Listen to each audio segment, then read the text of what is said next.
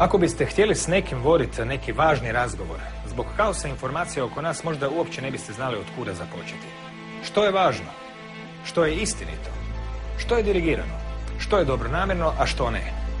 Zato među važnim razgovorima svoje mjesto sigurno ima razgovor o prirodi zbivanja oko nas.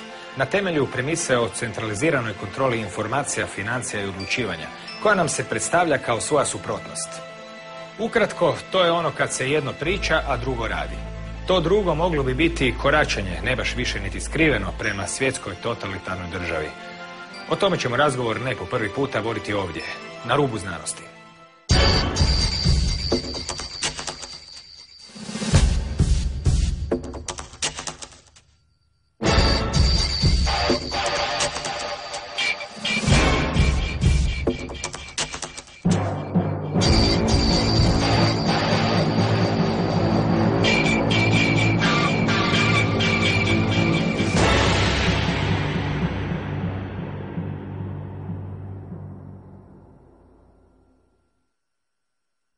Dobro večer. David Icke je autor 10-ak knjiga u kojima je nastojao prikazati zakulisne postupke i namjere kojima se upravlja svjetskim zbivanjima s određenim ciljem. S obzirom dakle da ono što će sutra postati povijest nastaje na temelju interpretacije današnjih događaja, minute koje slijede posvetit ćemo nekoj vrsti revizionizma. Ne toliko povijesnog koliko revizionizma vrlo nedavnih događaja, kojih svakako ne nedostaje u ovo vrijeme vrlo ubrzanih zbivanja. Dobro večer. Hello, mate. Kada pričamo o situaciji i ubrzanim događajima oko nas, krenimo od kraja. Kuda sve to vodi i ko je zapravo neki zamišljeni cilj zbivanja koja smatramo naravno manipuliranima? Well, what's interesting as we sit here now is that what I've been writing and talking about for over 20 years now, but nearly 22, is coming to a point where it can be clearly seen. But it's like everything. If you are faced with a lot of information, but you don't, if you like, have a sat-nav or a roadmap, then it can be a series of dots, what's going on. But when you see a few, what I call coordinates, suddenly these bewildering dots become a tapestry, and you can see how they all fit together. And I guess the main ones are, first of all, where does this cabal of families and their secret society network that I've been exposing for 2 decades, where do they want to take the world? Well, it's a simple equation. When there's a few of you and you want to control literally billions more and more fiercely in a much more and more tyrannical way, then you have to centralize decision-making. The more points of decision-making there are, the more diversity, the less control any central cabal is going to have, because there's just too many points to have to keep manipulating. So what they set out to do a very, very long time ago is to constantly and incessantly centralize power. And this is going back. This has not been going for a few decades. We're going back to this process to when humans organized themselves in tribes. And in those days, the people of the tribe decided what happened in the tribe. Then we reached a major stepping stone in this process, where lots and lots of tribes were brought together under what we call nations. Now, a few people at the center of the nation, the country, are now dictating to all the other tribes. And what we've got in Europe, Croatia's not going to join. You're not going to join, are you? Oh, for goodness sake. We've got in Europe, in the European Union, and other unions that they want. They've got an African Union, they want an American Union, a Pacific Union, a Middle East Union, and so on.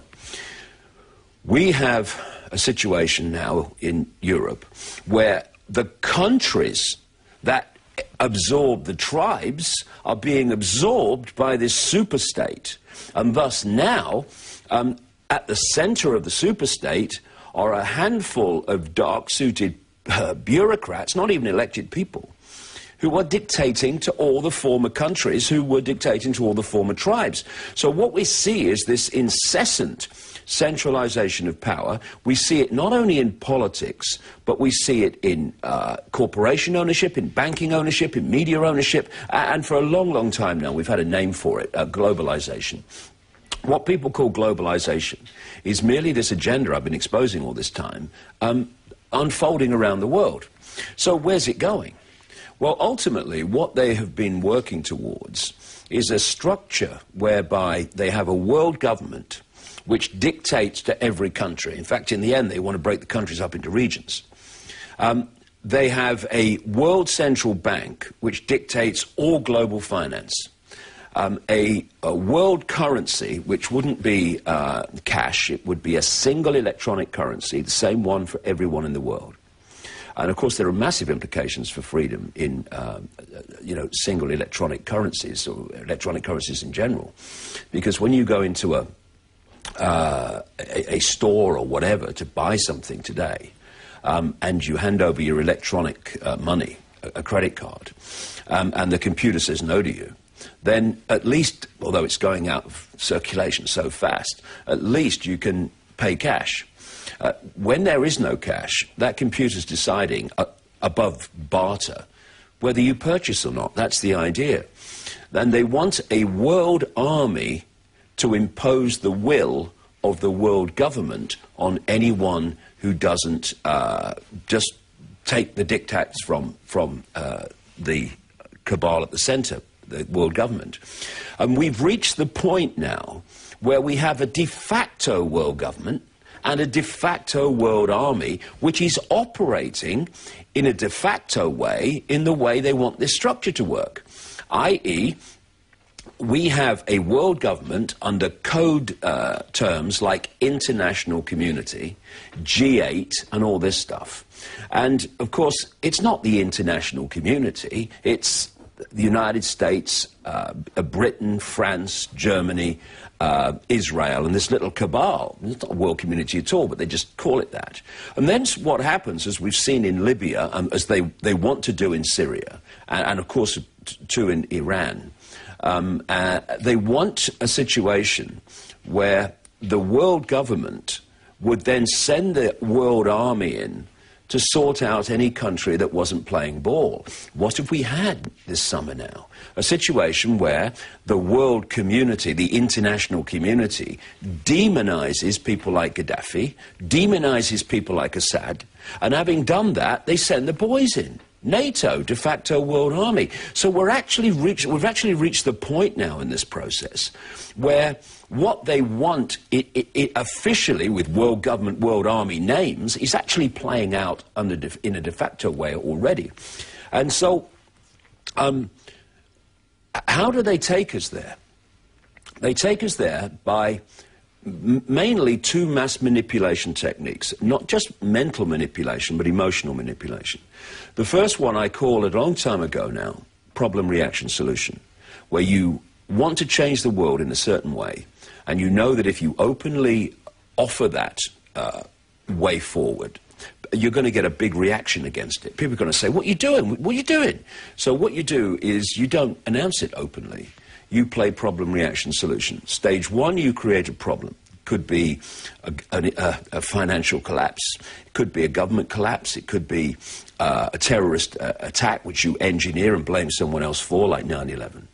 And then you tell the public, through an overwhelmingly unquestioning media, the version of the problem you want them to believe, i.e., bin Laden orchestrated 9/11 from a cave in Afghanistan, I hope he had a battery on his phone, But anyway, then at stage two, you want the reaction of outrage, of fear, of something must be done. And then you, who have created the problem covertly, then have got that response, that reaction, do something. You then openly offer the solutions to the problems you've created, which are changes in society and changes in legislation and changes in the structure of society and government, which advance your agenda of centralization of power. And we have such a wonderful example now in our area of the world. Because, you see, what I've just described, problem, reaction, solution, is why the world has been incessantly, right up to now, constantly bombarded by problems, upheavals, crises, things that don't work. It's a simple explanation why. When you have a situation that works, that is in harmony, that people are happy with, you try telling them you're going to change it. What are you doing? Everything's fine. If it's not broke, don't mend it. Go away. So you have to keep making sure the status quo, in whatever area of society we're talking about, consistently doesn't work. So what you do is you create a problem to make sure it doesn't work in a certain area. You then get the reaction, which allows you to offer your solution, but the solution's not designed to solve the problem. The solution is designed to further centralize power and change society in the way you want it, and to create the next crisis, which you can do the process through again.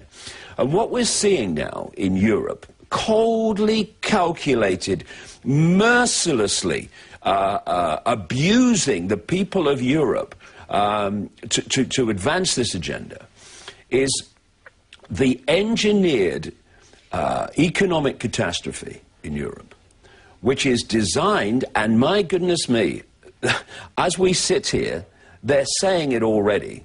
People like Jose Barroso, who I wouldn't trust to tell me the time in a room full of clocks, by the way, the president of the European Commission, Herman Van Rompuy, the president of Europe, the European Union, who's never seen a ballot box where anyone from the public put a vote in. People like Merkel in Germany and Sarkozy in France, they are now using a term they were terrified of using before because they didn't want to frighten the children. Because it's not real. No, over the years they've said, no, we're not trying to create a super state. No. Yes, you are. And now they've reached the point where they're saying to solve the economic problems of the European Union, which they have covertly engineered, they must have deep integration of Europe and European countries into this bureaucratic spider's web that we've been manipulated into all these years. And when you consider that now something like 75% of the laws that are introduced in Britain affecting the British people originate in the Commission in Brussels, that's now what on earth are they contemplating in terms of the centralized control of Europe when they talk in terms of deep integration? And then you look at what's happening to the euro. You see, once you understand where they want to take us and the methods used to take us there, the world kind of opens up, becomes an open book. People are saying, oh, big problems with the euro. Yes, because they're supposed to be. You see, the euro is not an end. It's a stepping stone to an end, which is this single electronic world currency. Thus, they were faced with a massive currencies in Europe, the Deutschmark, the Guilder, the Lira, the Franc, and they are on their way in their goal to this single electronic currency, and they got all these currencies that they're faced with. So you introduce the euro, and you delete all those currencies from countries that have joined the euro in one fell swoop. And now you are a massive step closer to your single electronic currency. So the euro, at some point, I'm not saying tomorrow, but at some point, the euro is absolutely going to be crashed so it doesn't work. And when it doesn't work, what are people going to say? Do something. Well, you know, the only way out of this is an electronic currency, a single electronic currency for the world and all that stuff. And in terms of the World Central Bank that I talked about to dictate all global finance, the Vatican's just come out in the last few weeks calling for a World Central Bank and a global government. George Soros, this billionaire financier, an absolute bagman agent for the cabal, not least the House of Rothschild, he's calling for a world central bank. Why? Because of the global economic crash. Who crashed the global economy? The people like Soros and the cabal he represents. So all the time we are being manipulated by creating crises and then offering the solution to the crises. And just very quickly, one other thing, one other technique that is like the stablemate, the bedfellow of problem, reaction, solution, is what I call the totalitarian tiptoe. And that's when you know you're going to Z, but if you go from A to Z in too big a leaps, then people are going to look up from the game show and the sport event and say what's going on, because the change is going to be so blatant. So you go as big, in a bigger leap as you can towards that goal, but not so fast that you alert too many people, or not so fast that people start to see that actually these steps are not in isolation, they're actually connected. And that brings us back to Europe. The day after I was born, on April the 30th, 1952, 60 years ago nearly, the man who is still today called the father of Europe, the father of what became the European Union, a man called Jean Monnet, another front man for the House of Rothschild. He wrote a letter to a friend 60 years ago. And in summary, this is what he said.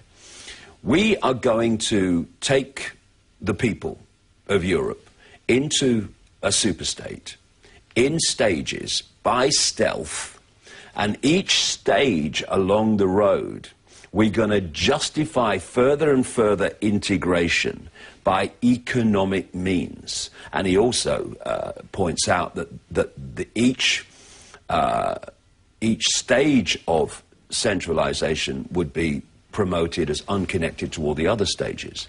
And so what we've seen, if you look at it through the decades, is the constant centralization of power in Europe, to the point now, thanks to the Lisbon Treaty, it is phenomenal. And they want more, even more, much more. And they have been using economic means to justify these stages. And here we are sitting here today, and they're doing precisely that again. Economic catastrophe in Europe. We need to have a European Union treasury, they're saying now, to dictate the tax and financial policies of every country in Europe, and centralization and deep integration. They're still doing it, and we need to get wise to it, because if we don't, then you know, not even our children and grandchildren are going to live in a fascist nightmare. We, if we have got much time left in our lives, we're going to experience it, because it will be there within 10 years. And I might even be being optimistic about that, unless we intervene. Danas se čak spominje da se ograničenje državnih proračuna trebaju staviti u ustave, što je isto jedna apsurdna ideja, s obzirom da ustav ima sasvim drugu funkciju, ali mnogo toga je tu zapravo ironično na prvi pogled, kao kad neko daje lekcije iz demokracije, a pritom nije ni sam demokratski izabran i slično. Ključni problem je u tome što ljude se uvijek uhvati u trenutku i organizatori svjetskih događaja su uvijek korak ili dva ispred, i zapravo zato bi trebao biti oprezan čovjek, koliko sam shvatio, jer se iza obadvije strane krije uvijek isto, a to isto je uvijek ono što do sad nisi vidio, nešto novo, nešto neočekivano. Primjerice, danas su jako popularni prosvjedi protiv Wall Streeta. I sad tu imamo jednu situaciju gdje čujemo prosvjednike kako govore moramo se ujediniti u globalnoj promjeni. Što zvuči upravo kao da se spominju nekakvi planovi o kojima ste sada govorili. Drugim riječima, kada čovjek već želi djelovati na ovom svijetu, trebao bi imati u vidu neki način da svoju vlastitu energiju zaštiti i da zapravo ne pomogne onom protiv koga se navodno buni.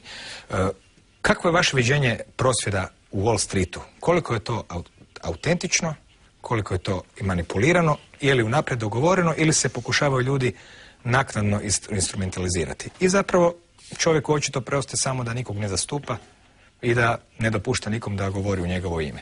Ali recimo da bi koraci u Wall Streetu bili još jedna primjer taktike, problema, reakcije, rješenja, ako se može to tako opisati. Well, I was in the Wall Street protests not long ago, as we speak, about 2 weeks ago, when I spoke in New York, and I saw a lot of very, very genuine people who had genuinely got to that point, and it's happening all around the world, where people were saying, I realize that I'm a slave, and that I've been caught in a system of slavery, thinking I was free.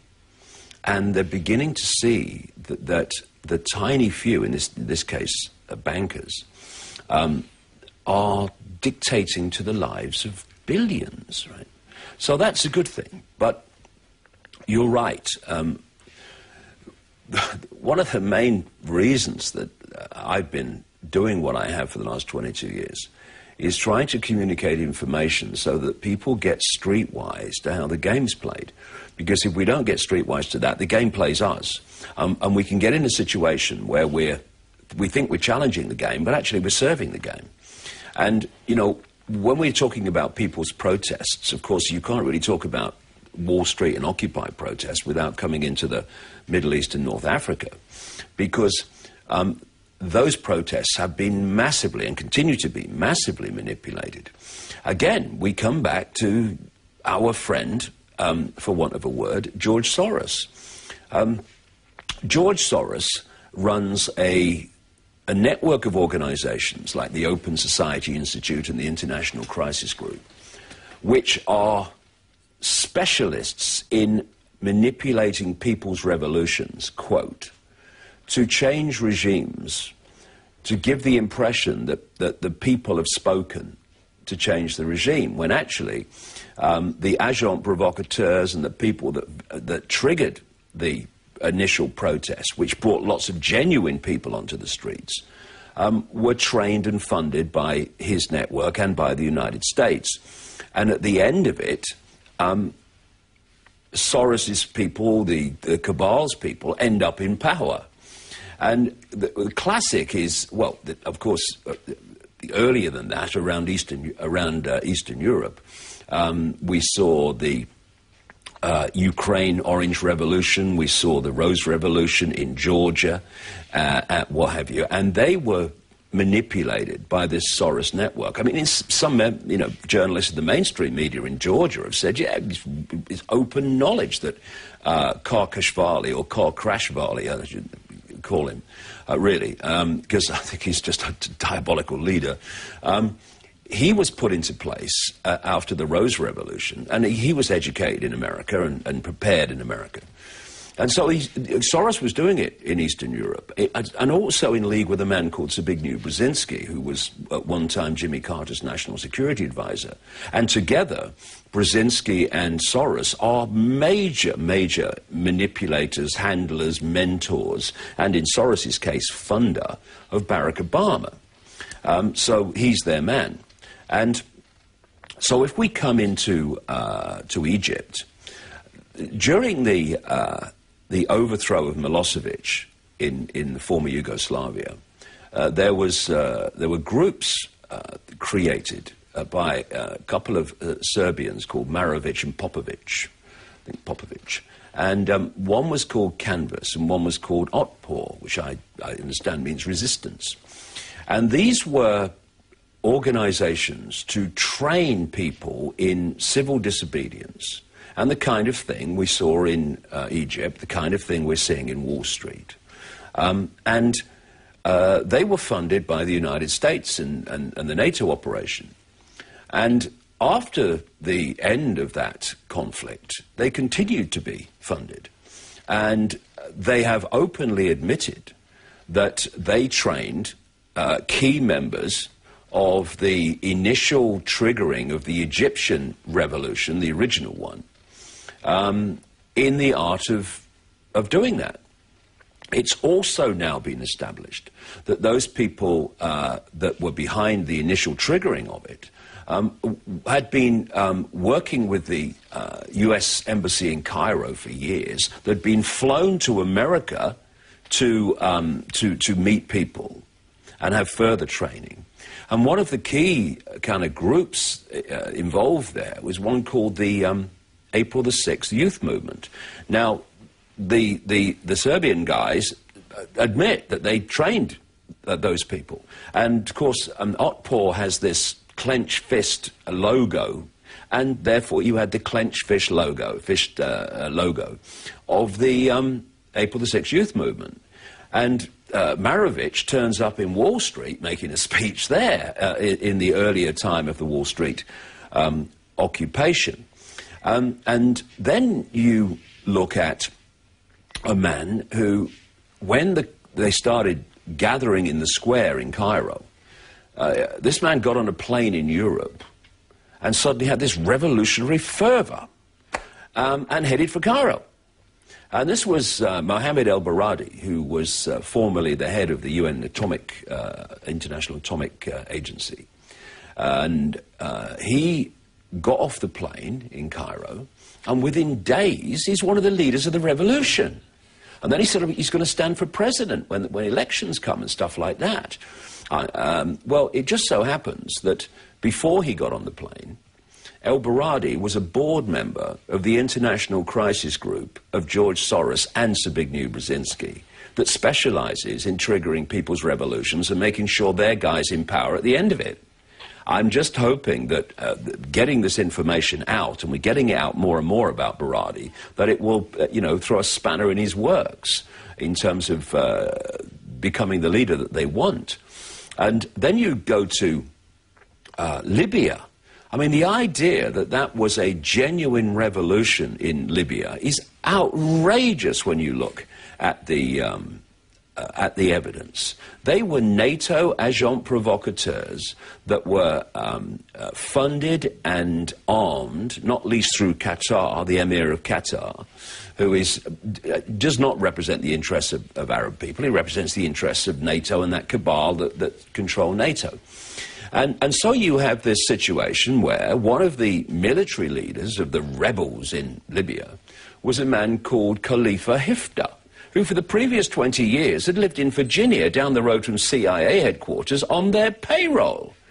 And what they're doing is using individual excuses like, oh, Gaddafi's doing these terrible things to this, oh, Assad, and all this stuff, to pick off country after country in a very systematic way.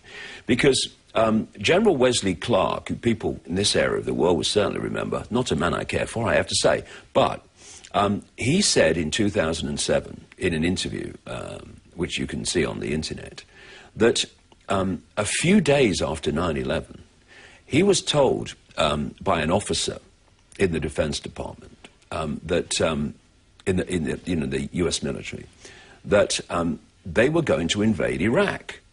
This is not in 2003 when they got round to it. They were going to invade Iraq. They were planning already just after 9/11. So Clark said in this interview that 10 days later, he met this officer again, and he says, what's the latest on invading Iraq? Well, it's worse than that, sir, he said. And he showed him a memo from the Defense Department, which said they were going to take over and invade 7 countries in 5 years. And these countries, they were going to start with Iraq. Then they were going to go Libya, they were going to go Syria, they were going to go Iran, they were going to go Somalia, and on it goes. So what we're seeing now, as with the European Union story, is not something where these people are reacting to events. They're following a script. And the idea of the script in terms of North Africa and the Middle East is to lead us into World War III. You know, I did an interview, a video interview when I came to Croatia. It was the last time or the time before, but maybe 2009, in which I was talking about the plan for the Third World War, because they've always planned 3. Because if you look at a war, especially a world war, whenever there's a war, at the end of it, that society's changed. If it's a world war, the global society's changed. Look at what the world was like after World War II compared with before. Not least, there was far fewer people in control of it. And then you go to the Second World War, exactly the same thing happened, greater centralization of power, the world was redrawn in so many ways. And the idea is to have the Third World War, and that is, as I've been saying for years and years and years, is to bring what we call now NATO countries, Europe and North America, into conflict with Russia and China.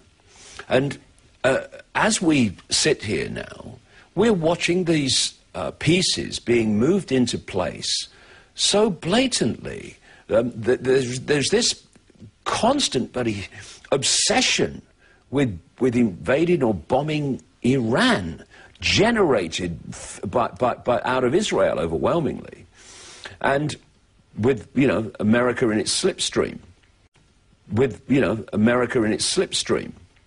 And they're picking off these countries, one after the other. They're desperate to do the same to Syria that they've done to Libya. And if they do, and also they are drone bombing these unmanned drone aircraft, which are actually flown by joysticks on the other side of the world at the Creech Air Force Base near Las Vegas. And they're killing increasing numbers of civilians in Pakistan. And we've seen, of course, very recently, nearly 30 Pakistan soldiers killed by these drones. And NATO come along, the leader comes along and says, "Oh, sorry, it was an accident." And as the Pakistan authorities have said, you were doing it for 2 hours. That's not an accident. And it wasn't. It's upping the ante. It's pushing the pressure, because we've already got a situation now where China is saying, mess with Pakistan and you mess with us. They've said, in effect, mess with Iran and you mess with us. As we're sitting here talking, Russia has deployed warships to a Syrian port in response to what's going on there. And then just a couple of weeks ago, Obama went to Australia just after I left and announced that there were going to be a permanent troop presence in American troops in Australia. And he made the point that the focus of American foreign policy was now going to be Asia and the Pacific. And then you've got Zbigniew Brzezinski, who is such an insider that if you read his books, he's telling you what's going to happen. I mean, you read his books from 30, 40 years ago, and you'll see the world we live in today. But what he talks about in his books is the need to control an area of the world he calls Eurasia. And for people that can come across that term, it's basically Europe across to China and up to Russia and down to the Middle East. This is the very area of the world that all the focus is going on now. Because Brzezinski says, you control Eurasia, you control the world. And what's right in there in the middle of that? Iran. And so we're seeing this script unfold. And unless there is intervention by the people, then it will unfold. And what we are seeing in terms of the occupation protests around the world is the first stirring of people who are now understanding the world's not like they thought it was. They don't understand, most of them anyway, how it really is, but they know that the world's not the place they thought it was in terms of the world they lived in. They're starting to realize that actually a tiny few people, this is where the 99%, 1% comes from, are actually dominating world events and dictating increasingly the fine detail of people's lives. They are deciding if they have a livelihood or not. They're deciding if they have a home or not, and all the rest of it. And so we're getting this stirring of, I've had enough. But what we need to do, which is why I'm working so hard to get this stuff out, is we need to understand the game we're dealing with, where it wants to take us and the methods it uses to take us there. Because if we don't, then you can get a situation where protest from genuine people is demanding what the cabal wants anyway. Because what we're seeing in Europe with the European Union, ironically, the irony is not lost, is that we have got into this mess by the centralization of power. We got into this mess by having the single currency. We've got into this mess by centralizing power in Brussels, dictating to all these countries. And what are they doing now? They're saying the solution to those problems caused by centralization of power is even more centralization of power. And it's important on the global level to get over this point. I am absolutely vehemently opposed to the abuses and the arrogance of corporations and banks and all the rest of it. But when people talk about we must do this, we must get rid of the banks, we must get rid of the corporations, or we must bring them under control, we got to be very calm and ask, okay, yes, I agree with all that, but how is that done? Because the corporations, mega as they are now in biotech and pharmaceuticals and oil and banking and food production and all the rest of it, and you know, like I say, powerful as the banks are, that is still a stepping stone.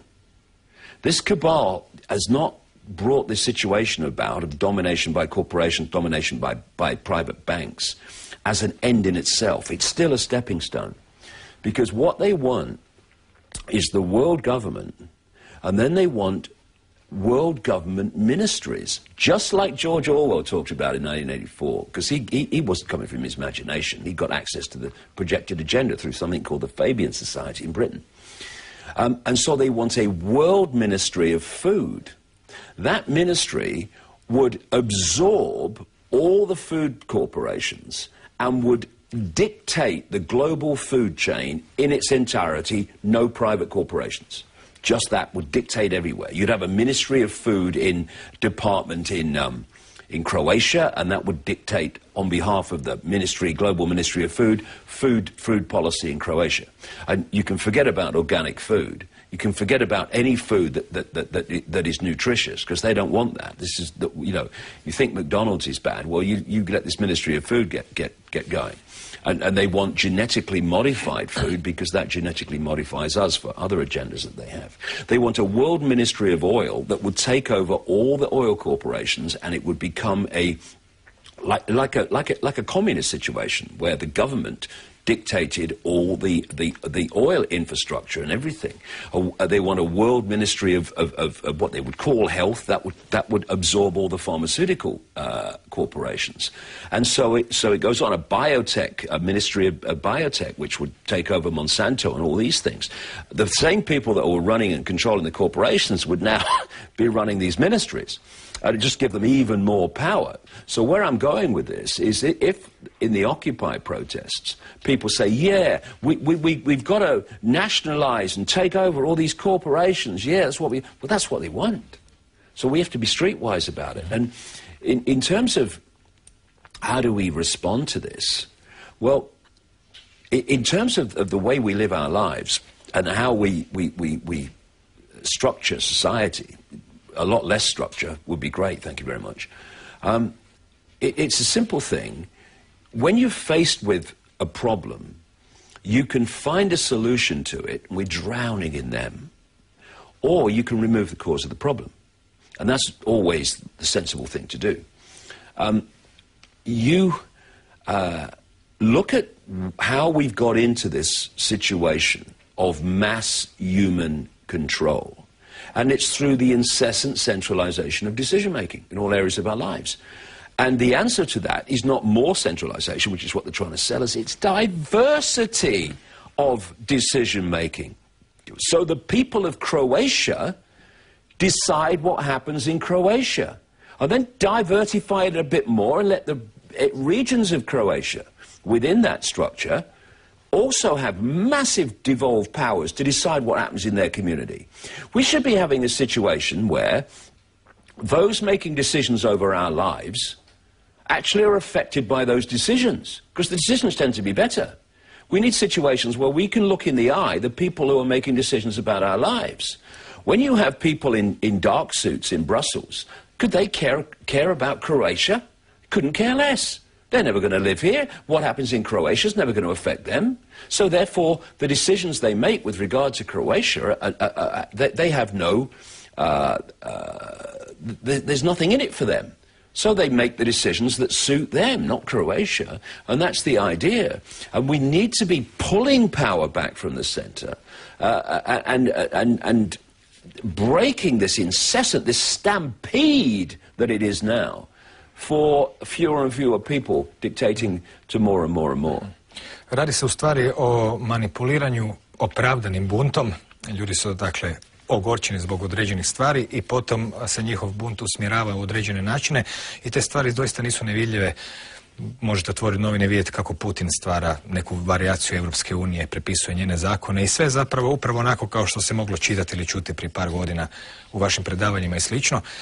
Skrenuo bi ljudima pažnju da svake subote pišete newsletter, to su u stvari vrhunski novinski članci koji osvjetljavaju pozadinu svakog pojedinog događaja koji se događa i mi ćemo u ovoj sljedećoj emisiji probati unatrag odvrtiti neke od njih, zato jer se te priče naravno dijametralno razlikuju od onih iz novina. Konkretno, uvijek postoji druga mogućnost. Primjer Islanda govori sam za sebe. Možete li ukratko ispričati po čemu se Island toliko razlikuje od svega ostaloga, a što je ujedno i razlog zašto ga više nema u vijestima? Well, Iceland is a very interesting story. First of all, when Obama became president, he appointed a man in charge of his entire US budget called Peter Orszag. Peter Orszag, before being given control of the entire budget of the United States, was involved in a company that was advising the Icelandic Central Bank in the run-up to the crash. Oh, my goodness me, what should we do with Peter after all that? Let's give him control over the budget of the United States. I mean, what a joke.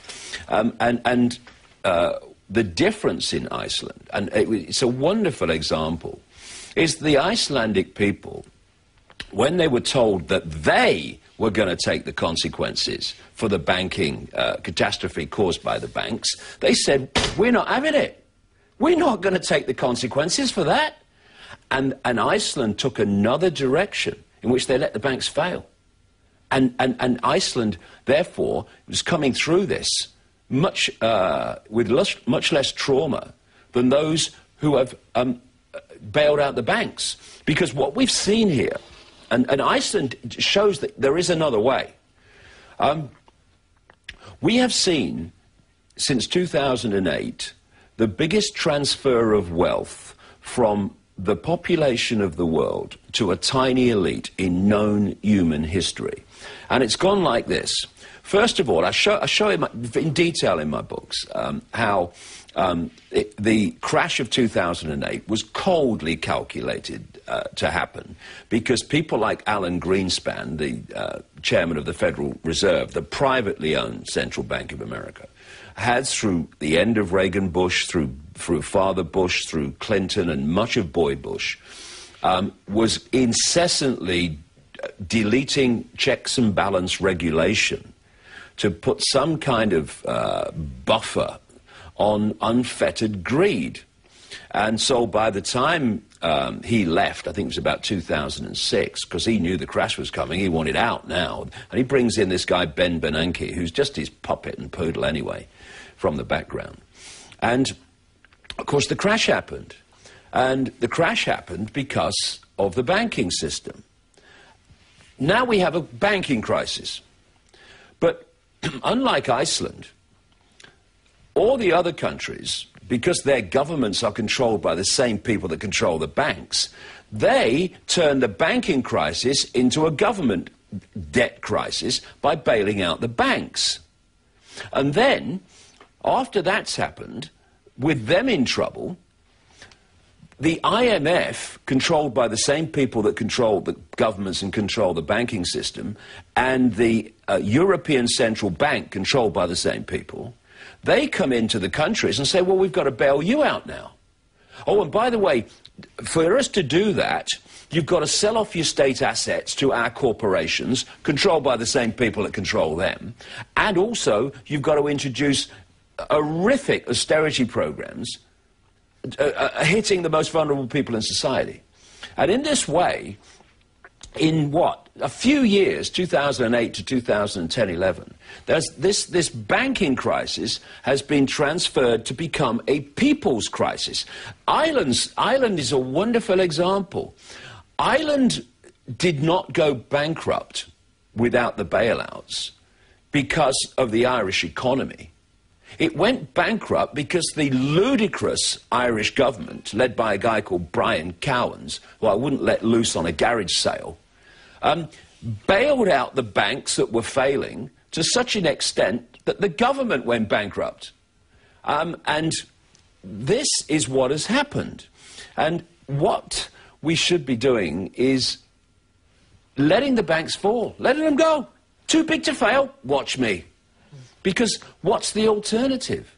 That problem is transferred to the people.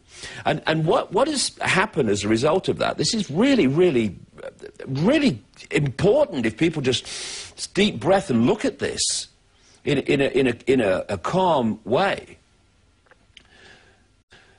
Zbigniew Brzezinski, in one of his books, talked about the coming technocracy, where technocrats run the world and run countries, not elected, just technocrats, people like bankers and scientists and academics and experts in various fields. He calls it the technotronic era. And here we are now in Europe, and would anyone have believed this just a few months ago?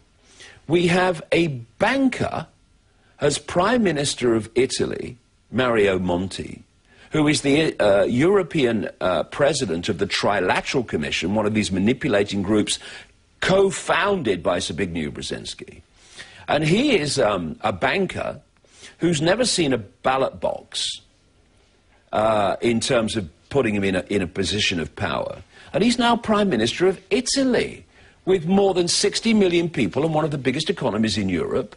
And he's also in control of their finance. And what is he doing? Now he's agreeing to all these austerity measures being imposed by the banks of the European Union. And then we have Louis Papademos in Greece, another member of the Trilateral Commission, another professional banker who is Prime Minister of Greece, and he's never seen a ballot box either.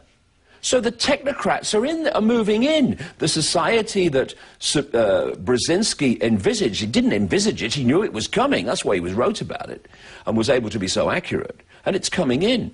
So, you know, I've done quite a lot of research over the years, and a good friend of mine has done even more on this specific organisation. It operates out of Britain, but operates increasingly worldwide. And it's called Common Purpose. And what this organisation is a training organisation to train the leaders, all areas of society, local government, national government, police, all the rest of it. And that organisation in its training programs actually talks about preparing the leaders for the post-industrial, post-democratic society. Because that's what they want, and that's what we're seeing blatantly now in Italy and in Greece. And how has that come about? It's come about because of problem, reaction, solution. And then another key area, of course, in terms of finance and financial control in the European Union is the European Central Bank, which was covertly set up in Frankfurt by the Rothschilds in their historic fiefdom, Frankfurt. And they've just appointed a guy called Mario Draghi as their new head of the European Central Bank. What was he a major executive of?